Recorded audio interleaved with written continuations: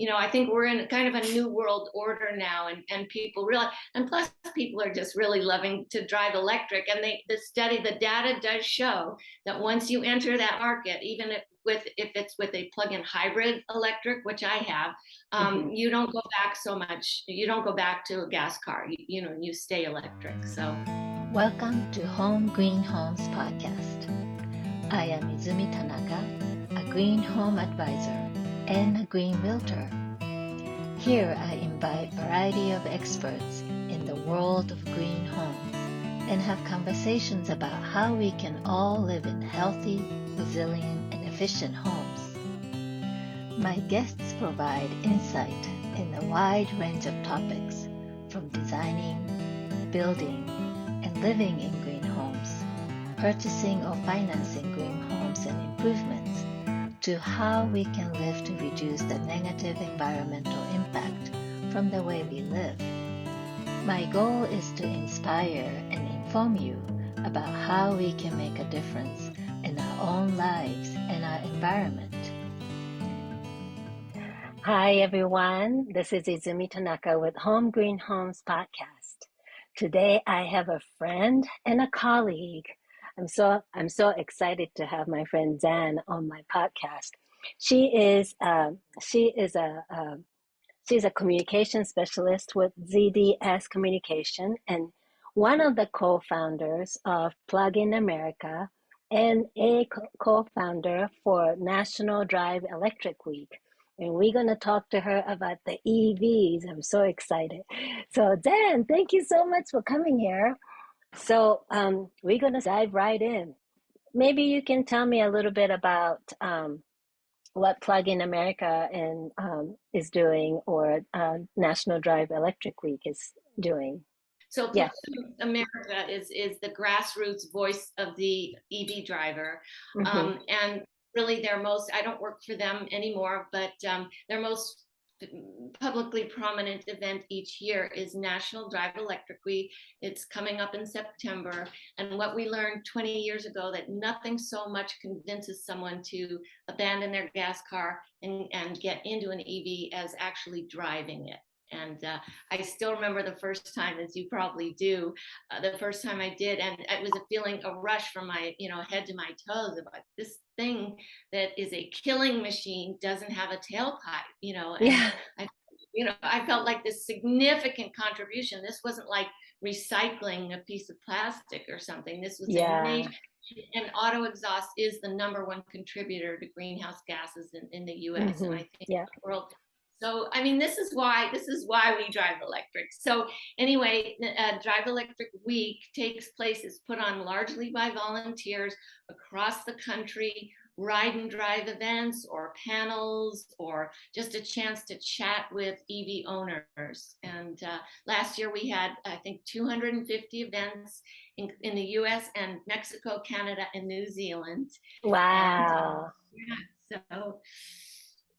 And this year I'm thinking of doing one in Riverside, and last year I attended and helped with events in Colton and Riverside. Wow. Because it's like we want to take this to the smoggiest places where the awareness is the lowest, and Inland Empire here in Southern California, of course. Right. So would you say that America is behind other nations in the world? I know that European countries are doing much better with EVs. They are. The European Union is far ahead of us in terms of adoption, and I'm not all up on the latest, but yes, they have sold many more, and they are, in fact, I think I just heard on the news, really going to stop certain European countries accepting oil and gas from Russia. Well, as you know, I bought my EV. I have a Chevy Bolt in October of 2020. So now we're in 2022. I would love to get caught up on what's going on in the EV market. So tell me, what's happening? Okay, it's a very big moment. the EV advocate in me wants to tell you nothing but good things, but that wouldn't be right. Prices are insane right now for any vehicle.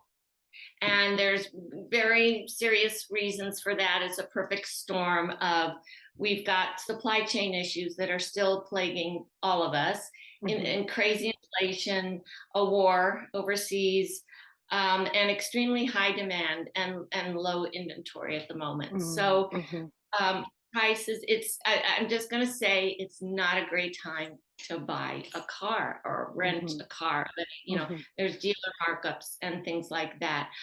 It's kind of a bit of a tragedy, if I could use that word, because the price of gas is so high that this would be a natural moment. And there is unprecedented interest in EVs for that very reason. That's when we always see more interest, when the price of gas goes high.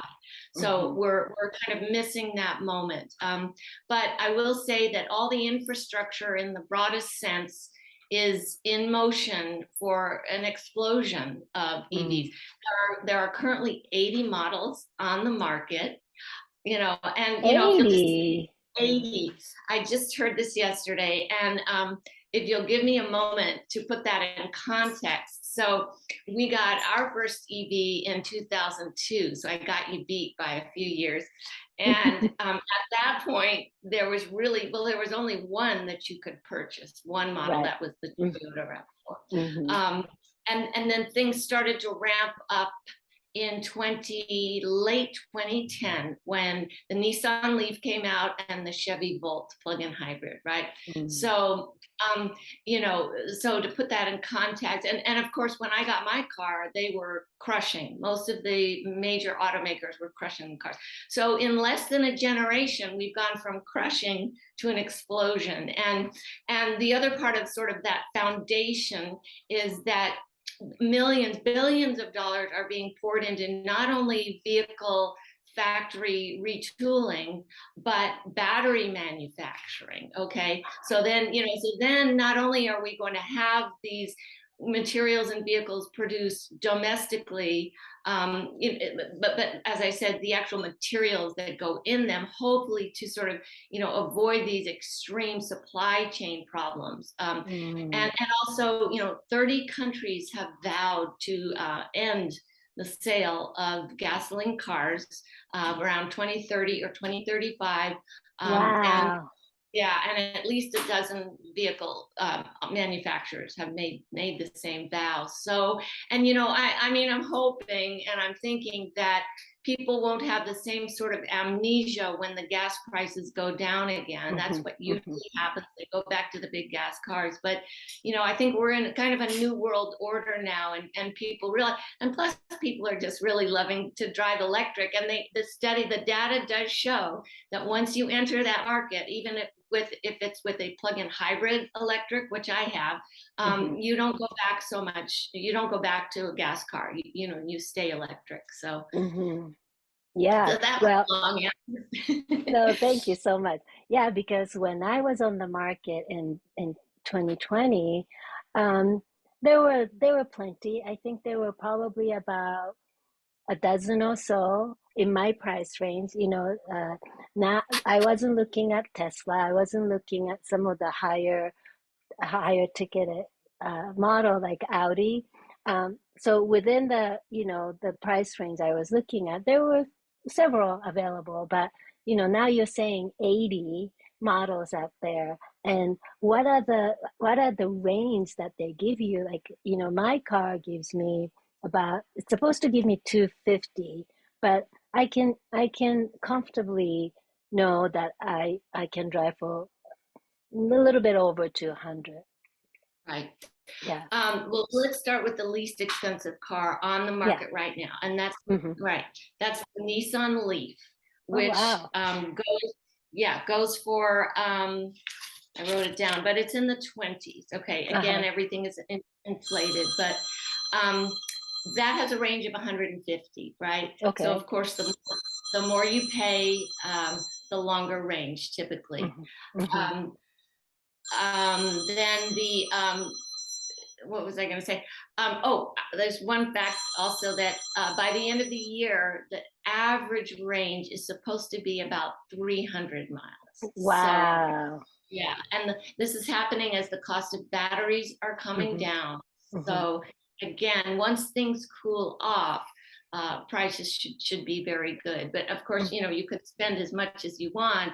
But I will say that our friend David Eagle, who is an EV broker, he tells us that it is very hard to get an EV for even for 25 at the moment, Oh, largely because of the dealer market. And again, the demand is so high that, and with the dealer market markups. So I yeah. see. So can you tell us any hot models that we should be aware of? Like, do you I like Leaf, how the modeling of Leaf is a pretty, nice looking car. But I do notice there's a lot more EVs that I haven't seen before on the street. Can you think of anyone that you like, or you think it's exciting? Well, I'll make some enemies for this, but I have to always say Tesla, and for obvious reasons. It's just a great car, and they also have the charging infrastructure nailed. Right. Yeah. And that is because something that fascinates me. Tesla not only went into the auto manufacturing business, but the charging infrastructure business. Yeah. So they pretty much have a seamless charging experience, whereas you and I know very well that if you're not in a Tesla, at least 5 times out of 10, usually more, you arrive where you think you're going to get a charge and the chargers are either broken or taken. Yes. So Tesla is the exception to that. And by the way, they are beginning to make all of their chargers available to any kind of EV. So oh, really? So I can use the Tesla charger to charge my car? Yay! Yeah. It won't happen overnight, but it's coming, which I think is awesome. And then I did print a list that I just saw yesterday of the top selling EVs during the second quarter of 22. Okay, so Tesla is number 1 and 2. Then the Ford Mustang Mach-E, that's a very sexy, big looking car, right? It's a Mustang. There's another Tesla.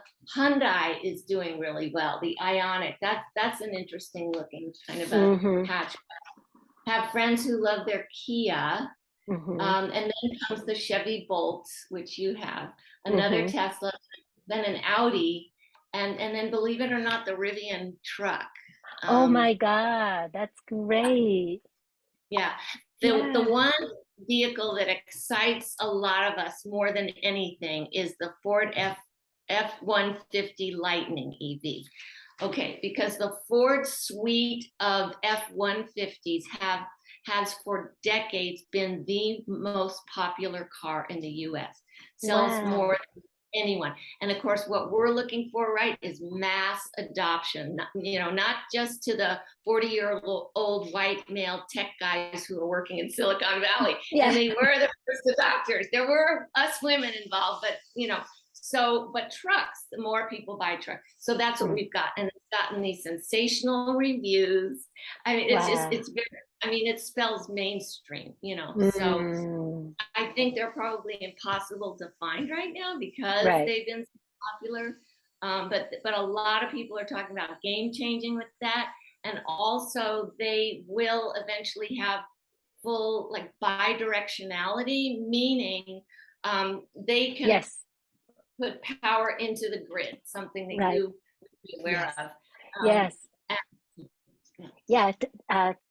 Explain some more that bidirectionality. I know what it is, but you could probably explain better than I can. let's see, there's several facets to it, but of course, instead of just taking energy from the grid, the battery is used as a storage unit, basically, so that it Mm-hmm. can supply the grid. And this is going to be huge going forward with, for one thing, well, with the weather changes and climate change, we'll be able to supply electricity back. And it can also make that vehicle into a sort of a profit center for its owner. Say, for Mm. instance, you charge it, you bring your car to work, you park it there all day, and you're charging. If during the middle of the day, when we know that the electricity prices are highest, Mm-hmm. your company can sort of sip a little of electricity from your vehicle to lower those charges, those high demand charges, right? But Wow. they would pay you for that, right? Right. So, yeah, so as far as grid stability, it's going to be key. I just heard a utility professional today say that she can't imagine a future where all vehicles are not bi-directional. Right, So, right. That's really amazing. We're talking about future generation of vehicles. Like the way we utilize our vehicle is going to be completely different. It's not going to be just transportation, and it's also our utility. That's really amazing. So like, going back to the infrastructure that you were talking about, as you know, I took a long road trip last year, and because I don't have a Tesla, I had to really map out my charging spots, along the way. And as you said, that it is true. It is, you know, um, certain brand of chargers 4 out of 5 times either not working or completely done, or I have to call the customer support to get it going, and it can take an hour to get started, and then I have to sit another 30 minutes, 45 minutes to charge. So it really affects the way we drive, especially on the road trip. So how is the infrastructure coming up? Is it being, I know that the bill is on the table to really to accelerate the installation of public chargers. So tell me what you know about that. yeah, one bill was passed. So the Mhm. Biden administration has 5.75 billion to Mhm. um, install EV chargers. Mhm. And not only that, but they are instigating standards, reliability standards, so that the chargers are, not just Yeah. existing, but work. So Yes. we Yes. need many, many billions more than this, right? Um, Yeah. but at least it's the people who need to know about it are doing something about it. Right. But there still needs to be a kind of a change in consciousness, because what this 5 billion is paying for are mostly fast chargers hmm along highway corridors, right? Right. So that, because it's like we have to speak to the American psyche, which says I need to be able to pick up at any moment and go to Vegas or go to New Right. York, or Yeah. and unfortunately that's just the way it is. And we sort of were all raised on this consciousness of the interstate highways, right? And hmm that was just a reliable fact. So that's why that's happening that way. But we really need more just easy level 1 and level 2 charging. Yes. For your audience members who don't know, but that's what you and I use. It's hmm slower. It Right. takes more time, but hmm let's face it, a lot of cars sit and do nothing for a long time. Right. Right.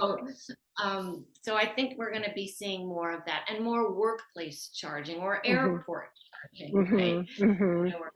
hmm And many residential buildings, if they're like multifamily buildings, they're now incentivized to install some EV chargers, and a lot of newer development, residential development, are also installing EV chargers, either in the individual homes or like common use charging stations. So I know it's coming up, but we still have a long way to go, I guess. Huh.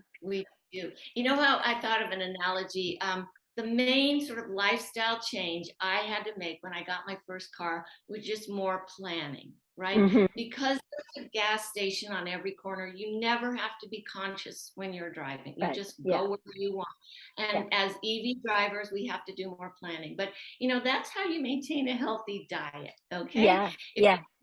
you don't plan and then go to the grocery store and get those healthy veggies, you're going to end up going to so it's not a huge burden, it's almost Right. like a high cost, but Hmm.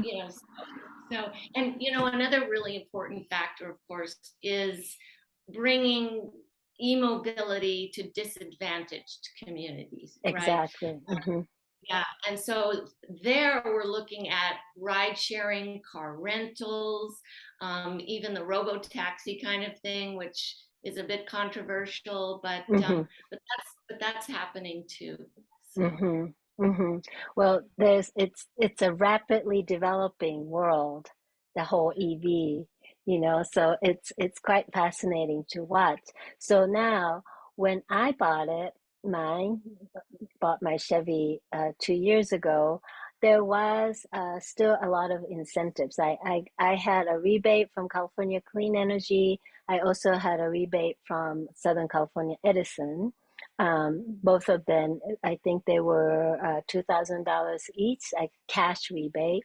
So, what are the incentives now? What's going on in that realm? right, there's still a federal tax credit. Mm-hmm. However, that was allotted something like to EV car makers, the first 200,000 cars. So Okay. once they sold that, the incentive went away, and it has Mm-hmm. gone away. I think it's for, I wrote it down, it's two of the car companies. There's no longer a federal tax credit, right? Oh, okay. But there is talk of legislation to not only bring those back, but to make them much higher, like Okay. $12,000. Okay. That's great. Uh-huh. And there are, yeah, at least in California, there are still clean vehicle rebate programs through the Mm-hmm. state, a Mm-hmm. couple of them. Some of them you have to qualify for a certain level of income for those. Right. And there still are utility Mm-hmm. rebates. So Mm-hmm. they are Mm-hmm. definitely out there. Yeah. So. Is there a resource that you can share where people can go look for that information about what's available in everybody individual regions? Because I know that different states may have different incentives and different even within the state, depending on who your utilities are. And so, is there any one-stop resource that we can go to? Definitely. For Californians, it's a great tool. All you do is enter your zip code and it will tell you everything. And Mm-hmm. I can send that to you. So Okay. you have, and then I would suggest, and there are maps, I've seen them online, Mm-hmm. for different states. They don't break it down to the Mm-hmm. local level, Mm-hmm. but Mm-hmm. of course you can just call your own utility, Right. call your state air board. That's usually who handles Mm-hmm. something like that. Mm-hmm. Mm-hmm. So you think you're saying that there are still plenty of incentives available, and the biggest challenge right now is the availability issue then, Availability, yes, and yeah, and the markups. right? So what do you suggest for people who are currently considering of either switching to EV or I have about a year and a couple months left on my lease. Um, should I be already looking for my next model and do something about it already, or what is your suggestion or tips for people who are on the market for EV Right, today? right. The advocate in me says, go broke, buy a new car, a new EV, do it now. Don't wait. And honestly, we are in the middle of a climate emergency. Mm-hmm. And if we Mm-hmm. all had nothing but money, we would all go out and do the right thing. Mm-hmm. Um, but no, with a year, I mean, hopefully, Izumi, by a year's time, prices will really come down. Mm-hmm. I mean, if budget is an issue, and it is for most of us, um, frankly, I would wait. If you have a full year, I wouldn't even start to research now because prices are going to be very inflated. And, and like David Eagle said, they're just so hard to come by. And when you can get one, you're going to be paying a premium right now. And I see. So you're saying that if you don't have one right now, just kind of hold tight and wait. And I would, and again, unless you can afford it, unless you really want to do it for the environment, which is a great reason, and you have that extra cash, I would say wait. And that this is another sort of element that's come up in the last couple of years. When we started this advocacy, we had pretty much no detractors except for big oil. Right. But now we have a lot of sort of on our side, I'm going to say enemies, because they don't want to see gas cars simply replaced by electric cars. What they want to see is fewer cars, right? So this is sort of my, and which really goes to city planning and urban planning, and denser housing and work close to where you live, so that has to be part of the conversation. And I will say this, with prices so high, if you can't afford another electric car right now, or your first electric, take more public transportation. I mean, I really have been trying to do that, not a lot, but where I can, and just walking, or just that consciousness of carpooling, or of course cycling, bicycling, and there's something called a cargo bike, which is just a bicycle that's outfitted with like a carriage where you can have your kids or your groceries, and a vision I really love of that is that could be our second car, especially here in California, right? And you are seeing more and more of these, and of course, I mean, it's insane the savings. You don't have to have insurance, you don't pay for gas, and many of us do make such short trips where we don't need a big an SUV, Exactly. Well, it's actually such a much deeper and wider, topic. It's not just about switching to electric car. It's really about changing our behaviors so that we don't have to use vehicles all the time, like a lot of us do. Exactly. And, I mean, maybe the COVID, by the way, is also part of why things are so expensive right now, but is teaching us to Zoom more and fly less and drive less and all of that. Yeah. I add one thing, if you don't mind. Let's not the gasoline prices are high, and that can be reason to go out and look seriously at an EV. And also the total cost of ownership of an EV, as you well know, is much lower than a gasoline because they don't need the smog checks and the oil changes and things like that. That's right. And the maintenance is so much easier. It is. We don't have to do oil change. And I think my car is like every 7,500 miles I go in and they can rotate the tires and check a couple of things, but that's about it. It's so simple. Yeah. Well, thank you so much, Zan. You got so much abundant information about everything about EV, and I really appreciate it. So, if you can share verbally, what any particular site that we can direct people to? I can find it here. 1 second. I will look for that wonderful site. Here it is. Okay. It's your usual HTTPS. It's driveclean.ca/search-incentives. Oh my God. I will definitely put this on the show note so that people can just click on it. But thank you so much for that.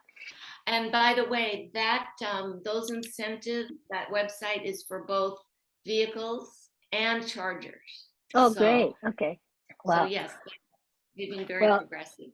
yeah, this is a very, very fascinating topic, and it will continue to evolve so fast, rapidly, and it'll be really interesting to see what's going to happen in the next few years.